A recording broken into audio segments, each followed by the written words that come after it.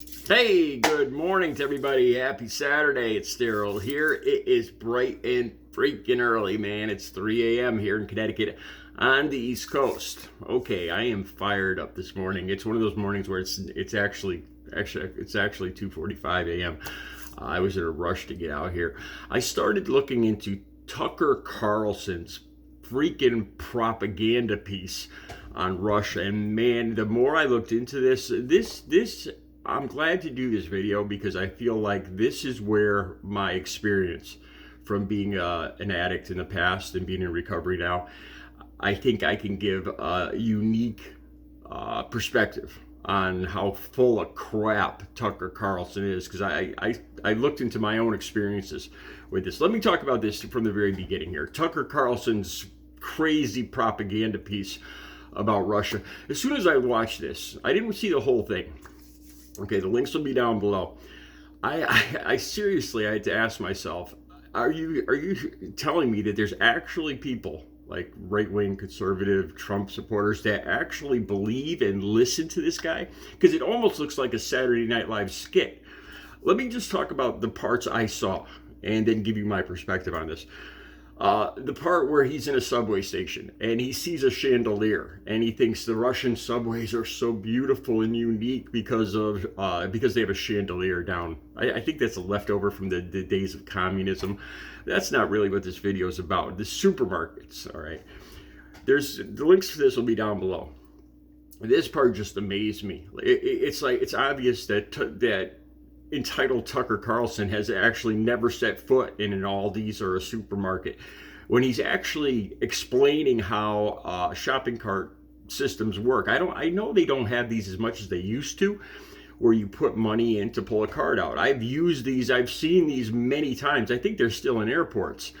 You know, and Tucker Carlson, this is a new amazing thing that Russia has, so that people won't steal shopping carts and bring them to homeless encampments, as he says, and therefore that gives us a rise in our filth and our corruption and crime in America by homeless people stealing carts. You know, and they have this system where they put in coins, and it's a return system where you put in some coins, and Tucker Carlson explains this all little bit by bit.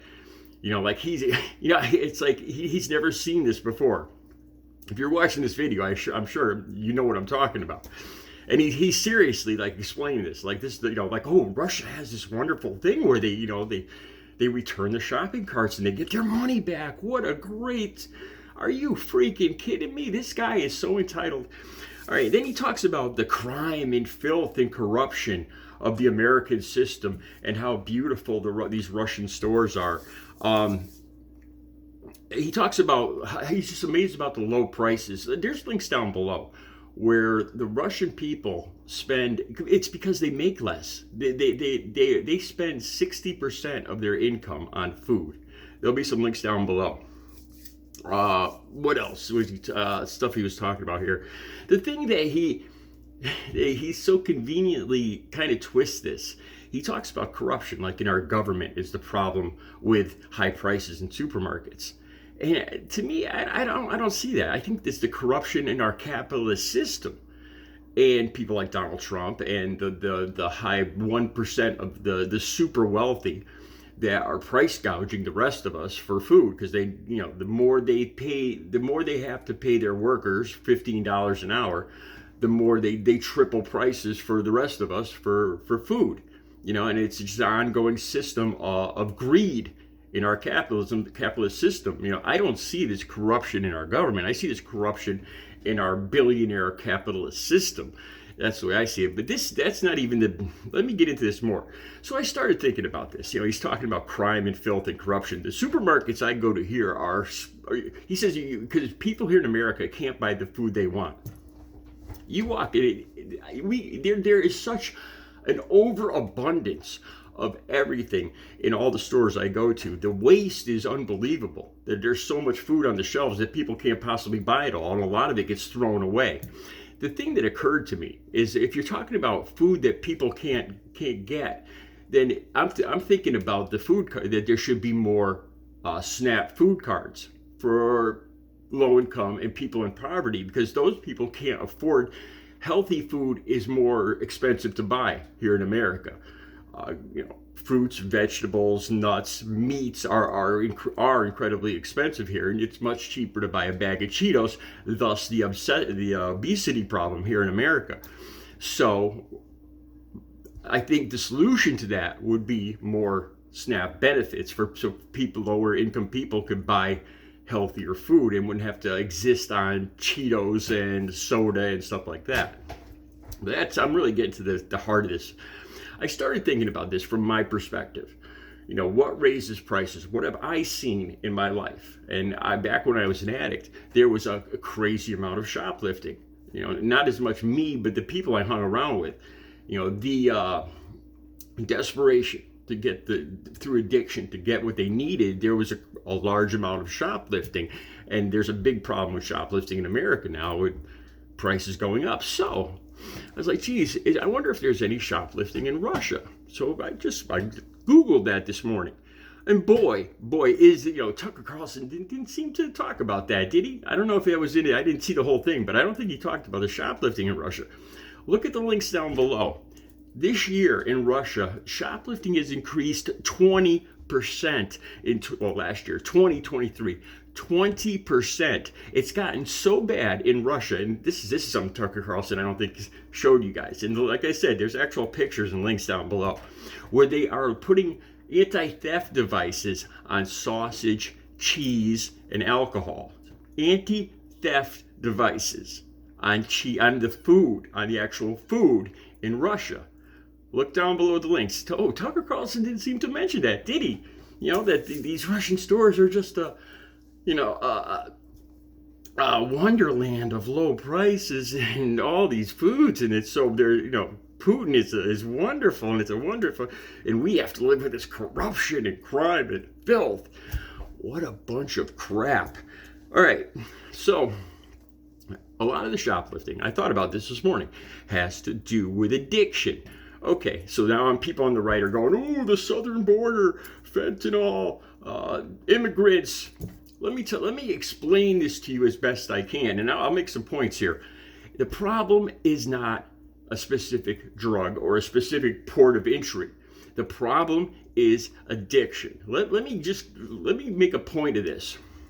Back when I was using, I became cross-addicted to heroin and crack cocaine. I started with crack cocaine over the years, and then I got into crack cocaine and heroin became my main drug.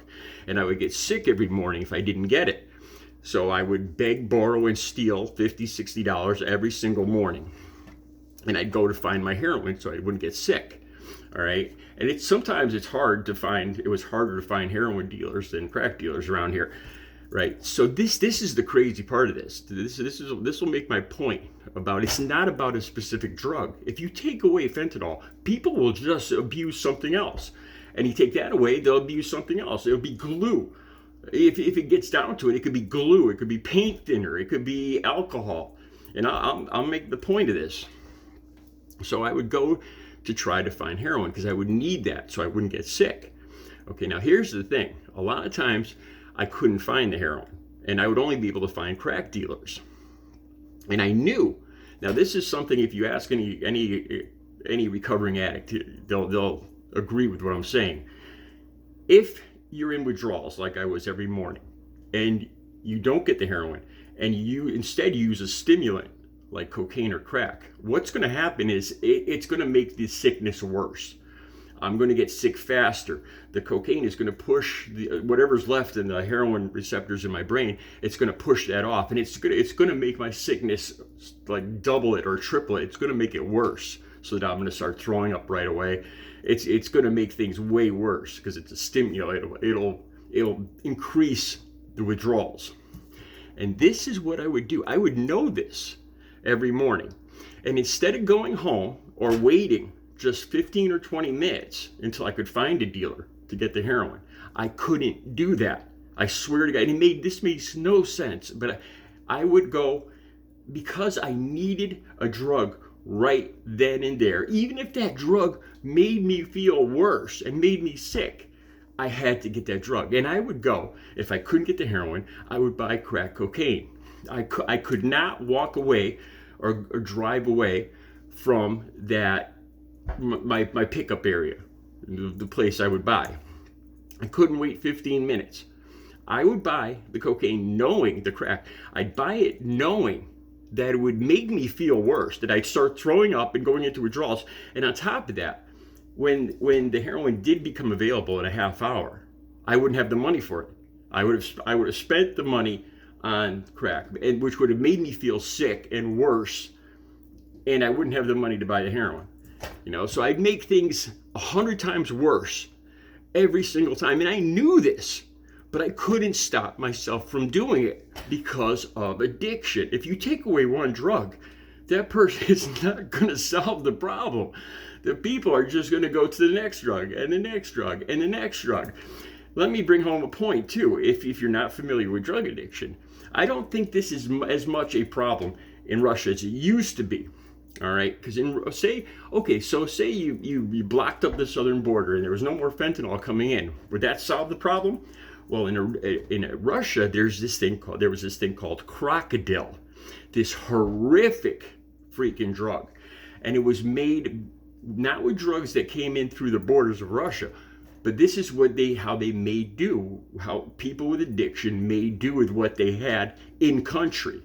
They used codeine from the drugstores, like cough syrup and stuff like that, and they would mix it with other things like gasoline, and it would make this substance called crocodile, which gave them a very intense heroin-like high.